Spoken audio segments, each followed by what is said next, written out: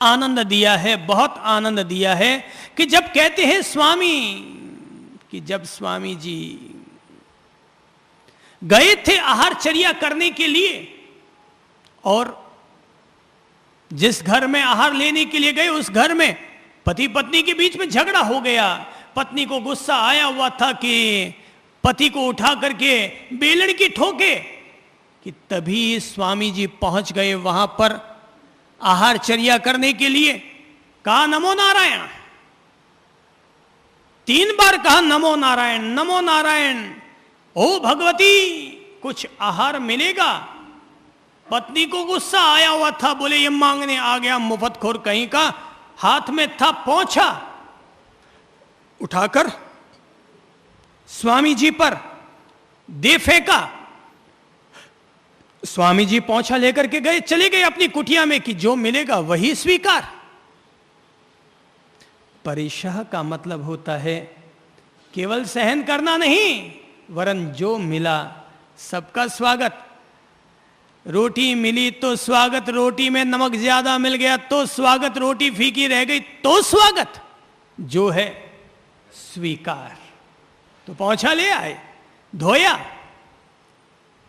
सांझ के वक्त जब आरती की वेला हुई तो उन्होंने उसी पोंछे की बातियां बनाई और अपने जो आरती होती है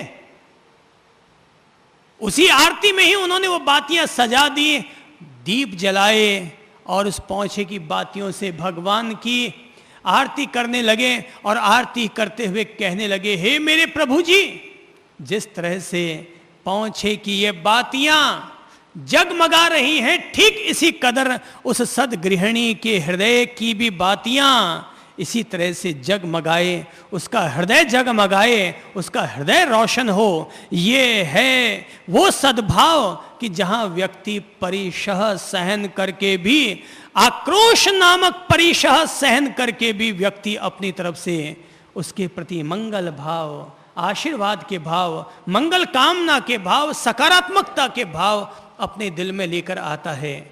ठीक है, तुमने मेरे साथ ऐसा किया, मगर ईश्वर तुम्हारा भला करे, ईश्वर फिर भी तुम्हारा कल्याण करे। अपमान करने वाले व्यक्ति को फिर भी अपनी ओर से सम्मान दे देना, इसी का नाम है आक्रोश नामक परिशह को सहन कर लेना। यह आत्म विजय है।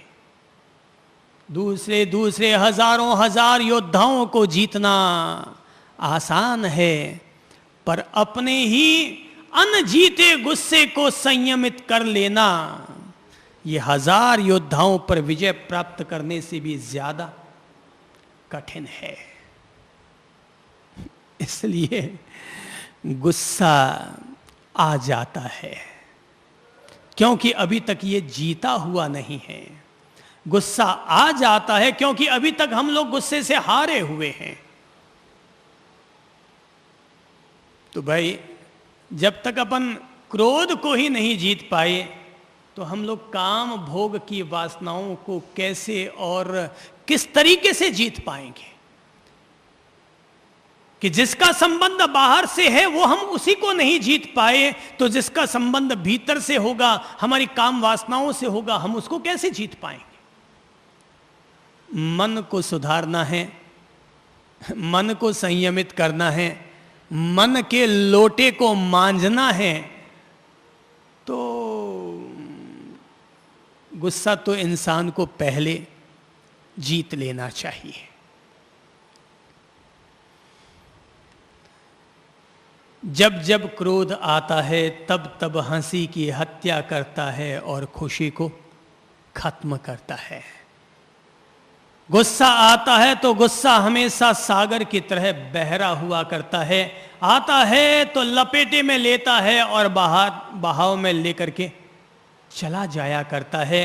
ये पल भर में आता है, पल भर में चला जाता है, लेकिन इन 2 पलों के बीच में ये न जाने कितना कितना सत्यानाश कर बैठता है। गुस्सा तो केवल 1 मिनट, 2 मिनट, 5 मिनट के लिए ही आया होगा। शिष्य ने कहा था, भगवान आज दोपहर में आपके पांव से दब जाने के कारण एक मेंढक मर गया था, आप प्रायश्चित कर लीजिए। गुरु ने गौर ना किया तो शिष्य ने फिर दोबारा कहा, गुरुजी आज आपके पांव से मेंढक मर गया था, प्रायश्चित कर लीजिए। गुरु को आया गुस्सा, बोले चेला तू मुझे ज्ञान देने बैठा है। और गुस्सा आया और गुरुजी डंडा लेकर के शिष्य को मारने के लिए दौड़े। गुरुजी बूढ़े थे और शिष्य चंचल था। शिष्य तो बच के निकल गया, लेकिन गुरुजी खंबे से टकराए, ब्रेन हेमरेज हुआ। और पता है वो संत मर कर के क्या बना? ये कहानी एक सांप की कहानी है, एक ऐसे सांप की कहानी जिस सांप ने महावीर को डसा था और महावीर ने तब उसे आत्मबोध दिया था, आत्मज्ञान दिया था, जिसके प्रकाश में उसने अपना ये अतीत जाना कि ये सांप भी कभी संत था, जो अपने क्रोध को न जीत पाने के कारण मर करके सांप बना।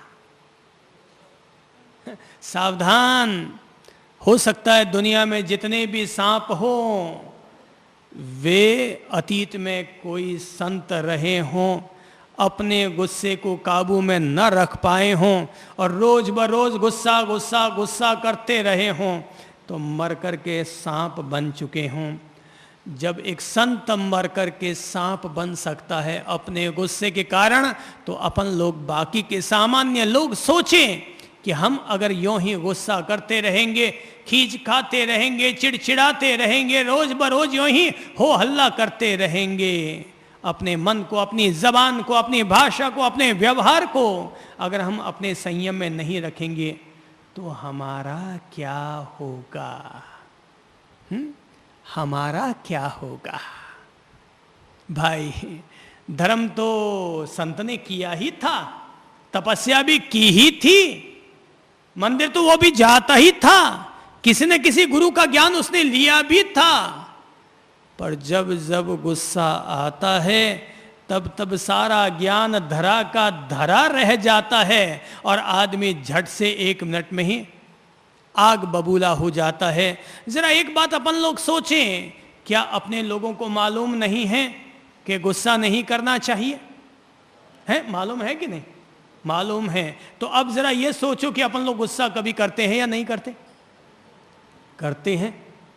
तो या तो हमें मालूम नहीं होना चाहिए, और अगर मालूम है फिर भी अगर हम गुस्सा करते हैं तो इसका मतलब हमारा जो ज्ञान है वो अधकचरा ज्ञान है।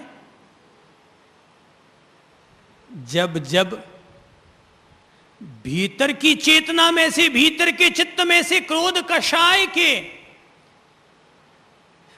कषाय के अंगारे निकल कर आते हैं, तब इंसान के द्वारा बाहर से अर्जित किया गया ज्ञान धरा का धरा रह जाता है।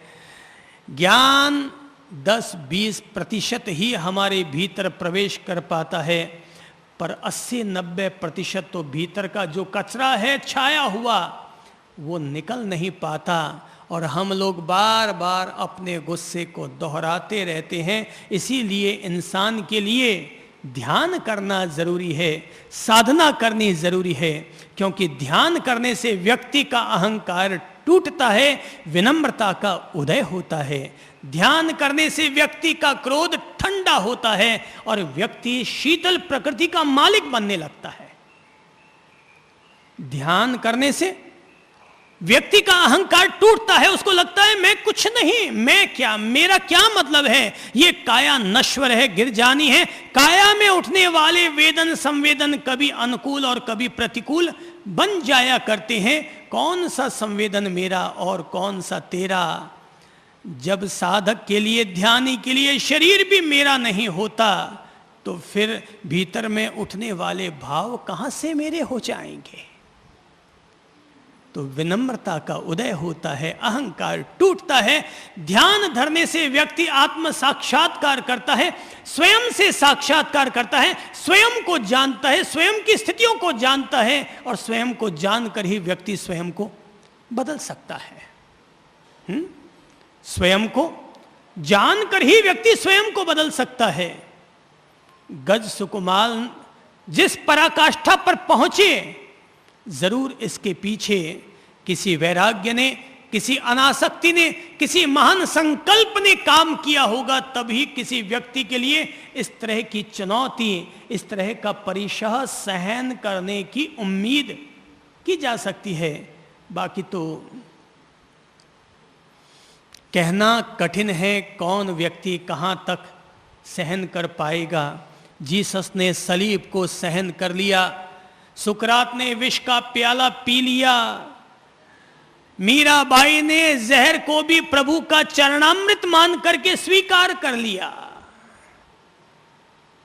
महावीर ने कानों में कीले भी हंसते हंसते ठुकवा ली।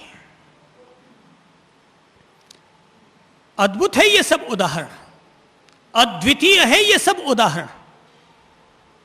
इनका नाम, इनका उल्लेख करने का उद्देश्य केवल इतना ही है कि व्यक्ति इनसे प्रेरणा ले सके। यानी कि अगर हम फूलों को याद करेंगे तो हमारे भीतर भी थोड़ा सा फूल खिलने का भाव पैदा होगा। तारे सितारों को याद करेंगे तो हमारे भीतर भी कहीं कोई छिपी हुई किरण उतरनी शुरू होगी। जिसको याद करोगे वैसे वैसे बनने लगोगे, जिसके साथ रहोगे सोहबत का वैसा वैसा असर आने लगेगा। तो 22 परिशहों में जो परिशह हम आम लोगों को सहन कर लेना चाहिए वो परिशह है आक्रोश परिशह। अर्थात किसी के द्वारा गाली दिए जाने पर भी, किसी के द्वारा अपमान किए जाने पर भी अपनी ओर से शांति और सम्मान देते रहना, इसी का नाम है आक्रोश परिशह को सहन कर लेना, इसी का नाम है। तो जब जब लगे ना गुस्सा किसी ने किया, तब तब अगर हमें गुस्सा आने लगे तो बार बार अपने आप को प्रेरणा देना, हे जीव अब तो शांत रहे, हे जीव अब तो शांत रहे। हाक्का हुक्का कर कर के पूरी जिंदगी बिगाड़ दी, सारे रिश्ते नाते बिगाड़ दिए, लोगों को तुमने ना जाने कितने नाजायज ठेस पहुंचाई है। हे जीव अब तो शांत रह। जब जब कोई गाली मिले, कोई अपमान मिले, कोई ठेस पहुंचाने वाला मिले, तब तब हमें गुस्सा आएगा। पर जैसे ही गुस्सा आने लगे तो अपने आप से एक लाइन की प्रेरणा दे दें, और वो लाइन है, हे जीव अब तो शांत रह।